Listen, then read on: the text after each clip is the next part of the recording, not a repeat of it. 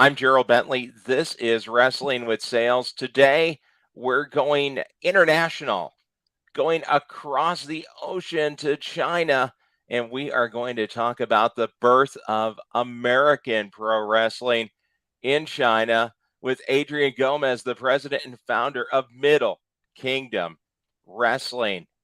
Adrian, thanks for joining us here on Wrestling with Sales. I wanted to talk with you since I've started following you on LinkedIn, and I just think it's an amazing story that you've started a professional wrestling company in China. I and it's really kind of untapped, considering it's one of the biggest entertainment markets in the world. Now, movies now, their success or failure hinges on how well it does in China, but there really wasn't hardly any pro wrestling until you got going. And I just want to ask you, what led you from Arizona to Shanghai to run a professional wrestling company? First, thanks for having me on the show, Gerald. Sure. I appreciate your interest in Chinese wrestling. It's still a very niche topic, so thanks for wanting to spotlight this. Sure, absolutely. To answer your question about when what brought me to China was actually I've just always been interested in traveling. My pretty much growing up in college, I was obsessed with Anthony Bourdain, Okay. and yeah, the places he went to and the way the stories he told on his shows and also in his books, just kind of always put that travel bug in me to want to live abroad. And while my original intention to go to China was not to go there and start a pro wrestling organization. That's something that eventually happened later down the line. However, I went to China because I always wanted to live in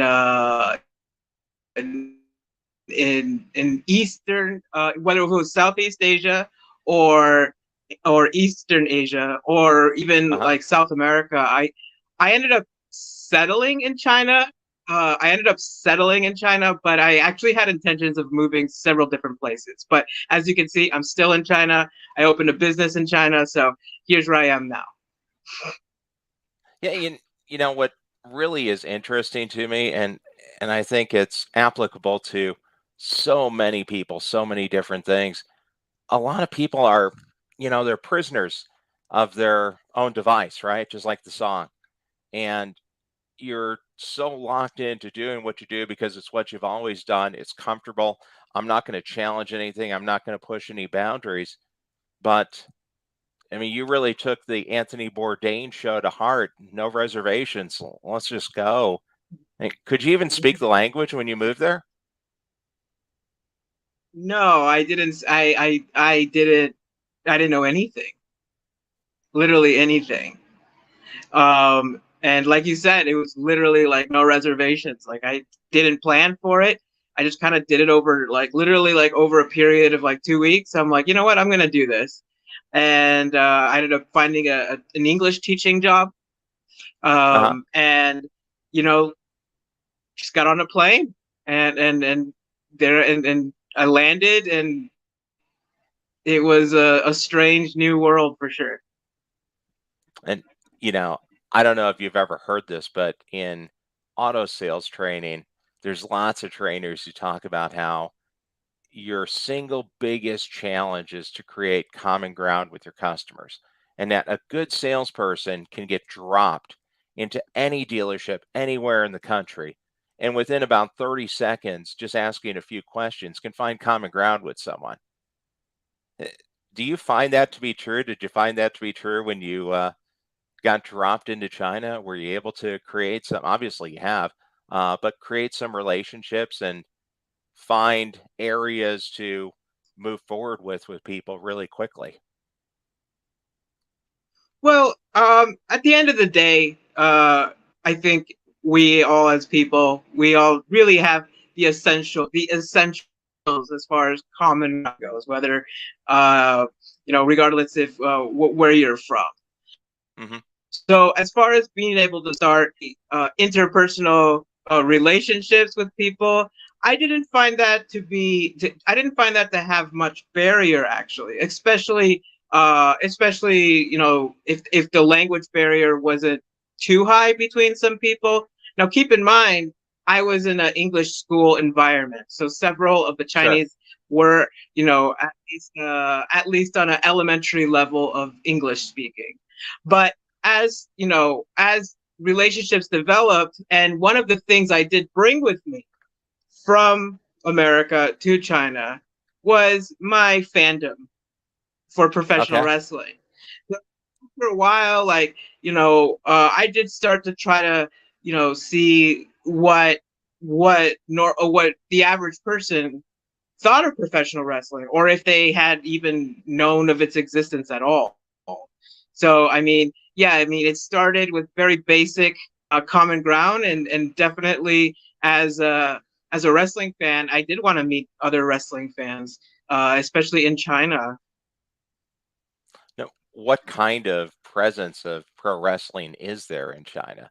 I mean, I know if you're talking Marvel superheroes, you're going to get a ton of interest because our U.S. movies do tremendously over there. But do people know Mhm. into the weeds of the WWE? They just kind of know, oh yeah, American wrestlers, and not sure. Okay, he's in the WWE, he's in Impact, he's in AEW. Mhm. Well, when I first got to China, I would say wrestling was less known than it is now. So let's keep in mind this is a 13-year period between Okay, 2010 and 2013 and 23. So in 2010, at that time, I would say really most people didn't know what. But let's and for wrestling, let's just use the WWE. sure. Most people didn't know what the WWE was. Now today, I would say almost everybody is at least familiar with the WWE, and that is in part because a lot has happened in the last 13 years I've been here. One thing in particular is that WWE did open a Shanghai office. And they did tour, and they ended up doing official tours in that period of time. They hired Chinese wrestlers. They had a big tryout in 2016. They did another tryout in 2019. And if they toured here, so that marketing effort and those tours has allowed people to at least associate wrestling with WWE. So maybe they don't know Okay. exactly what is wrestling, but they know WWE. And now the goal, and I'll ask you how it got started, but just to show the logo, there it is, Middle Kingdom Wrestling, right there. Just going to get a quick word in from Yeah. our sponsor at Montway Auto Transport. Now, they can move cars all around the country. I don't know if they can get a car all the way out to China, but hey, as a dealer, you spend a lot of time buying cars at auction. I mean, you just do.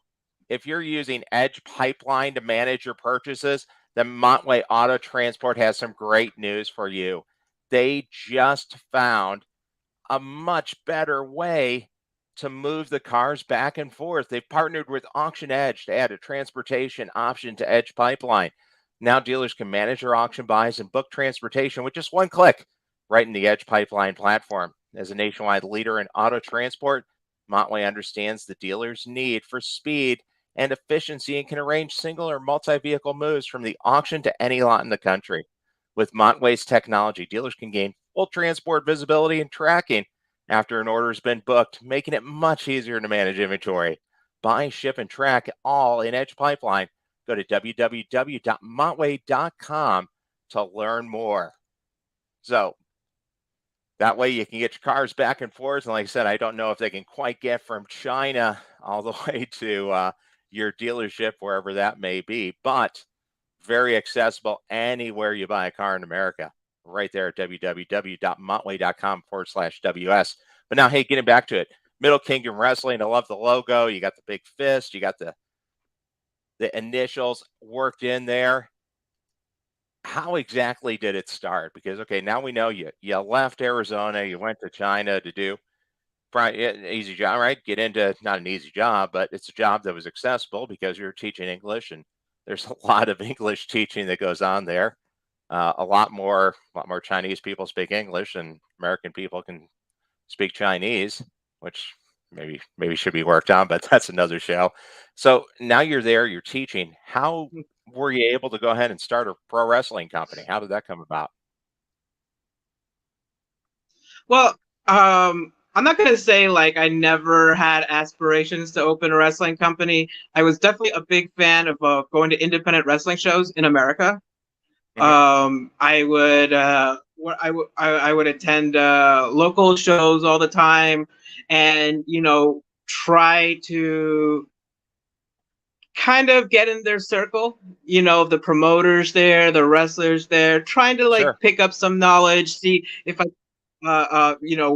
where I could work out as far as like maybe volunteering something to do something like set up chairs or maybe manage, picking up wrestlers, that kind of thing. So in that period, I was actually thinking maybe a year before I left about kind of seriously about getting into wrestling. Of course, Okay. when I went to China, the idea was totally dropped. And it wasn't until maybe about a year after the luster of like the shine of living in a new country kind of wore off, and I was able, and eventually the person, my goals, my aspirations that I had before I left China, they were starting to come out a bit. Like, you know what? Like, there's no reason. I started thinking more about my plan that I had while I was in America about maybe doing a wrestling show. Maybe not a wrestling company, but a wrestling show. So as I Uh-huh. spent more time in the next 4 or 5 years in China, I really started like doing like small surveys. Like maybe I would ask my students like, who here knows WWE? Like this is not part of the lesson plan, but I would like start surveying like people about like wrestling just to know what kind of uh what kind of knowledge do fans have, or do not fans, my students have about wrestling. And Sure. eventually I started, picking around, checking the internet, and just learning, what, there's not really wrestling in China that's, well, at least I'm not going to say there wasn't any wrestling. There's certainly some one-offs. There were one-offs that were happening in China. Um, and the only person who was doing wrestling kind of seriously was a wrestler named The Slam. And I ended up contacting him. I was able to get his direct contact, and I said to him, I like what you're doing. Because he built his own wrestling ring. He built his own wrestling ring. So when I contacted him, I asked him, I think it's really cool that you're doing this. I said, I have this plan and I might need you. And he's just kind of jumped in. He's like, "Oh, if you're gonna do wrestling, then yeah, I'll help you." So then Okay. he pulled in other people, like this person can help you, this person can help you, and it was a lot of other people who also had this dream of making wrestling, and they all kind of joined me. And that's kind of was the beginning of Middle Kingdom Wrestling (MKW), which was in 2015, um, Okay. where Yeah. So it a was lot just of relationships, pulling people together, and like you said, with working with independent wrestling, there's always something to do, right? There's always a need for a little more help because it's on a much more granular level. It's not the big, huge corporate exercise that you see in the WWE or AEW, where they have a staff of 200 coming to put on the show. It's four or five people that are working part time, kind of stringing it together. And you were able to get enough people together to get it going. But now, I mean, you just had your first big show since the COVID shutdown, your championship super card from Shanghai. And if people get a chance, if they connect with you on LinkedIn, search online, take a look at some of the pictures of the show. It looks like an American, a Japanese pro wrestling show. You have the big video wall, you got a nice packed venue, just really elaborate production, and it's also going to be available on streaming. I know you have an exclusive rights contract. Where can people see this big championship supercard? Right. So the championship supercard from Shanghai event was our first major event of 2023. And actually, the first time we could sell tickets to an event since the original COVID lockdown in China. Sure. So, there was a fervor of energy of people really wanting to put on a great spectacle. And I think we pulled it off. We did it in Shanghai. We had a lot of great media attention. Reuters was there to cover us, the China Project, and other major news organizations. And we recorded this show for two different platforms. One, the English version will be on the Premiere, which actually is available now. So Okay. it's available now. Check out the premiere, the whole show, plus all of our other legacy content. And we also recorded the show in VR as well. So if you guys watch the show, you'll see that there's if you watch the 2D show, the two-dimensional show, you'll see that there's a lot of interesting, elaborate cameras everywhere. That's the 360 VR camera. So we actually were also able to sell the rights to ByteDance. So ByteDance is the parent company of TikTok. TikTok. And Sure. yeah, and they bought the rights to the VR version of the video. So we have the video in English on Premiere Streaming Network, and then we also have the video in VR. If you have a VR headset, it's coming July 15th to Pico, which is a VR video platform. If you do have the VR goggles. Oh, that's really neat. So, yeah, you guys are getting it together, and then you're planning on doing a couple of big shows a year. And now, after the COVID shutdown, getting it back rolling again, you've actually made Middle Kingdom Wrestling full-time job. You have a couple of producers working with you. What's next? What do you see happening in the next year or two for Middle Kingdom Wrestling? Well, the next event we're planning on is in December. So we not going to talk too much about that right now, but Okay. it is we're going to have one more event this year in December, and we plan to go all out and hopefully make as much buzz as we can, and just showcase Chinese wrestling.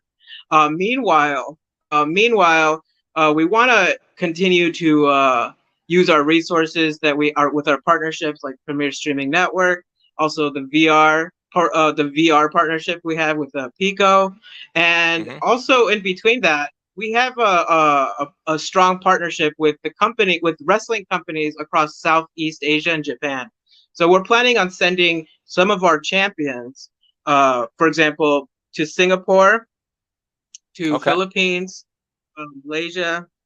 So that will that's a really strong partnership that we have through the China Belt and Road Initiative. So that's what we'll be covering for the rest of the year, and hopefully by next year we can go back to a more consistent schedule. Prior to the COVID shutdown, from like 2017, 2018, 2019, we had we had shows every 3 months. Okay. We had shows every quarter. Every quarter we had a show, and hopefully we can get back to that schedule by next year. But this year we're just focusing on these two big shows. Thankfully, we got one out of the way, and it was a very positive experience. And hopefully, with this next one, we can move towards a more consistent schedule again, just like prior to the COVID pandemic. Well, and there is pro wrestling in really huge levels in most of the Asian countries. So that would be a really great exposure to get some of your wrestlers out there in the other countries and almost do a series like the NWA restarted with the 10 pounds of gold. Just follow your champions as they go through the other countries. Yeah, that's actually kind of the concept that we were kind of coming up with. We don't want it to just be like a one-off. What we hope to do here is document this experience of our wrestlers going to these other countries, kind of like in a vlog style format, so that it's not Uh-huh. just like a match. It's not just a match, that there's more to it than just a match. This is, like you said, it's a traveling champion going abroad and showcasing, representing the brand, and also going on this international tour that kind of lets fans at home feel, wow, these wrestlers, they do live this kind of lifestyle. We want to present the lifestyle of a champion. Sure. And create that kind of superhero, bigger than life experience, which I think is a lot of how pro wrestling really resonates with people. Yeah, Because absolutely. you see The Rock, just this last week, you saw Sting at 64 years old climbing up on a ladder, jumping out of the ring into two tables and Sammy Guevara. I mean, it's just inhuman. You just don't do that. So Yeah, it's great yeah. if you can make those kind and of then connections.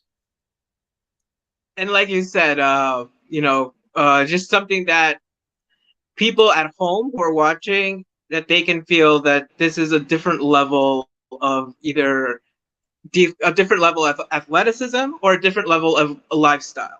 So that's why, like you said, like a traveling, showing that kind of traveling champion lifestyle, we hope to uh, utilize that kind of effect in our marketing later this year.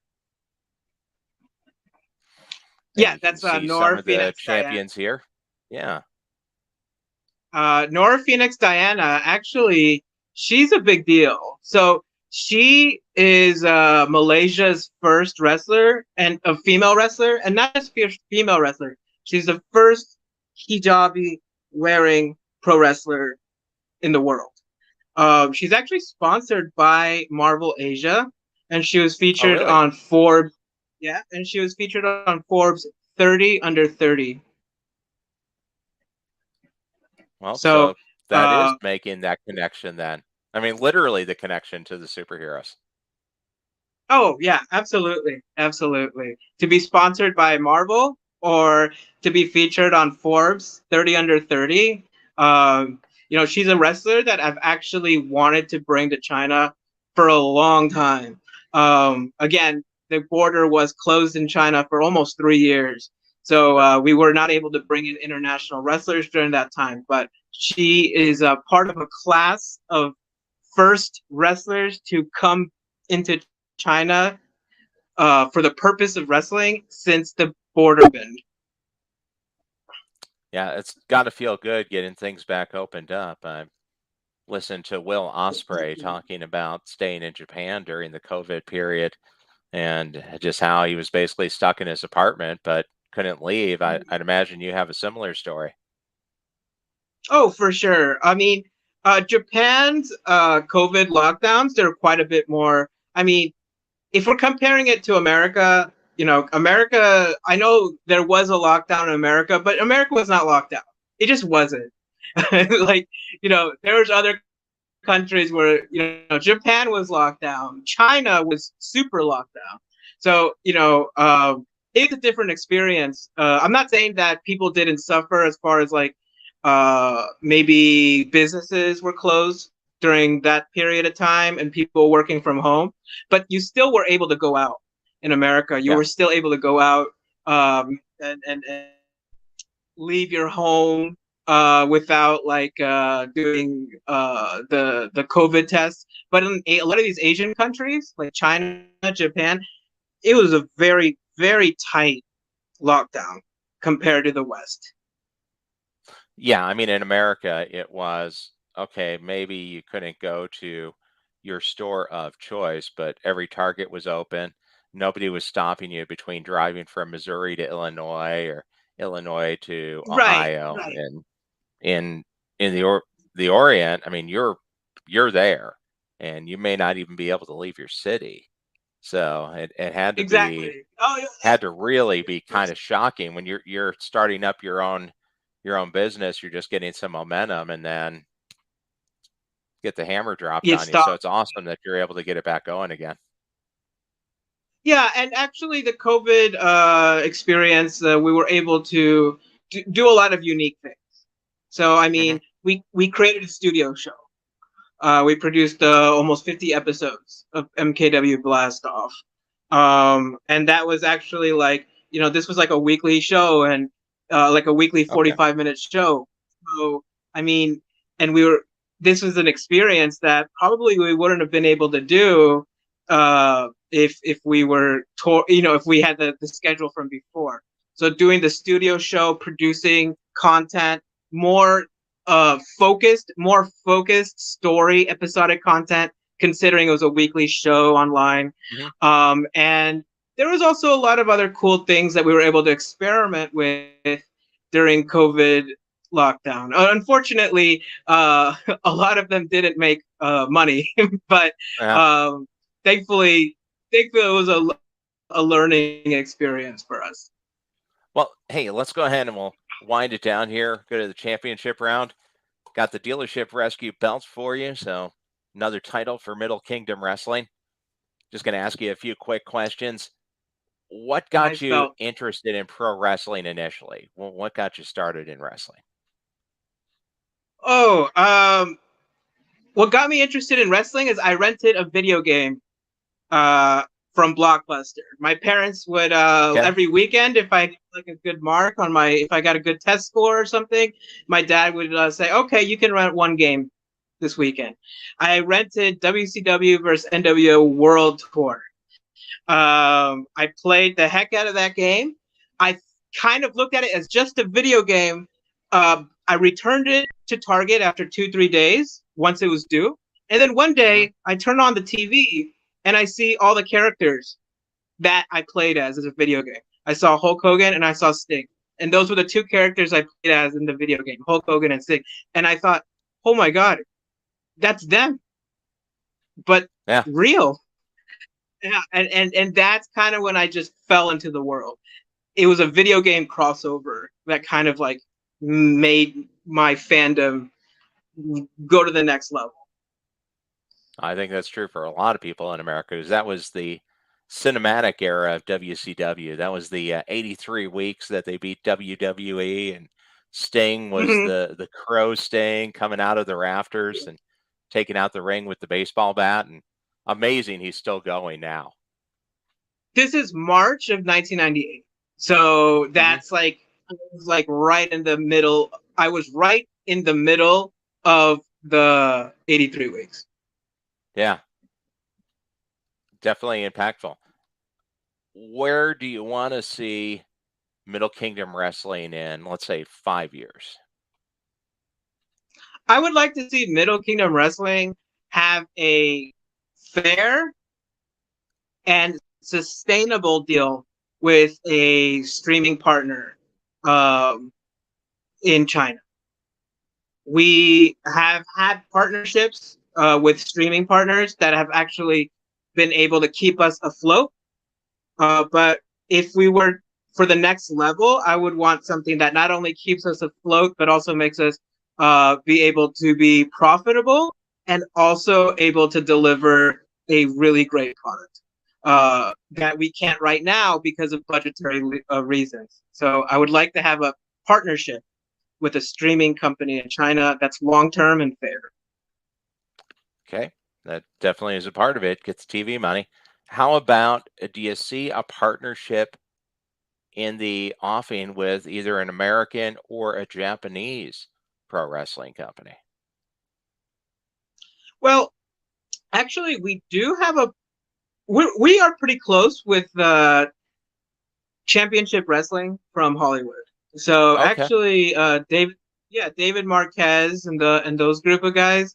Prior Hmm. to COVID, I invited loads of those guys to China. Peter Avalon, Raylan, the Rockness Monsters. Invited quite a few people because it was a Okay. partnership with Championship Wrestling from Hollywood. Now, since then, of course, it's been about 3 years since the last time we were able to do that. But I'd like to explore that more in the future. Now that borders are open. So there's a chance that Pretty Peter Avalon could be in a Shanghai ring within the next year. Well, he was in a Harbin ring before, but Okay. yeah, we invited him. We invited him in 2019 he actually had a match. Pretty Peter Avalon. He had a match in China with MKW. But yeah, I love working with him. He's a great guy. I actually got to see him recently at their Arizona show. I was in Uh-huh. Arizona in December, and they had a really big show in Phoenix. It was really nice, and I got to hang out with Peter Avalon and David Marquez in that time. So yeah, I'd love to see him come back here. Great. And finally, what American pro wrestling are you watching now? I watch AEW because I think AEW is a very interesting product. I think WWE is doing better than ever from a financial point of view, from a production point of view, also from a storyline point of view. I do enjoy watching WWE, but I pay a little bit more attention to AEW just because I like to see I like the unpredictableness of it. I appreciate uh, their fight every week because WWE, they're not fighting right now. They're producing a really nice product right now, but they are not in it to fight. They're they're too big to fail. They've reached Yeah, that they're on level. top. And AEW, I think, is kind of interesting to watch because you can see how much they are trying. I'm not saying everything lands perfectly, but I can see that every week they are trying to pop a rating. Every week they are trying to do a viral moment. Every week they're trying to be the top. You can feel that energy Sure. from them. So I that's why I pay attention more to AEW. But of course, nobody can deny the how influential and iconic and how must pay attention to is the WWE. Um, but AEW, I pay a little bit more attention from an entertainment point of view. Makes sense. Good to know. And then just to kind of wind it down, everybody that's watching, you can go ahead, you can reach out and you can follow Adrian Gomez on LinkedIn. He's got a good page, gets a lot of details. There's some great coverage of Middle Kingdom Wrestling. You can find Middle Kingdom Wrestling on the Premier Streaming Network and definitely look forward to more. It's the biggest entertainment market in the world, to paraphrase the Pro Wrestling Hall of Famer Raven. Why not Middle Kingdom? It's the chance to succeed, and we'll be watching you guys as you step into the ring and fight. Adrian, thanks for joining me here on Wrestling with Sales. Really appreciated it. Thank you so much for having me on, Gerald. It's been really fun. Absolutely. Thanks.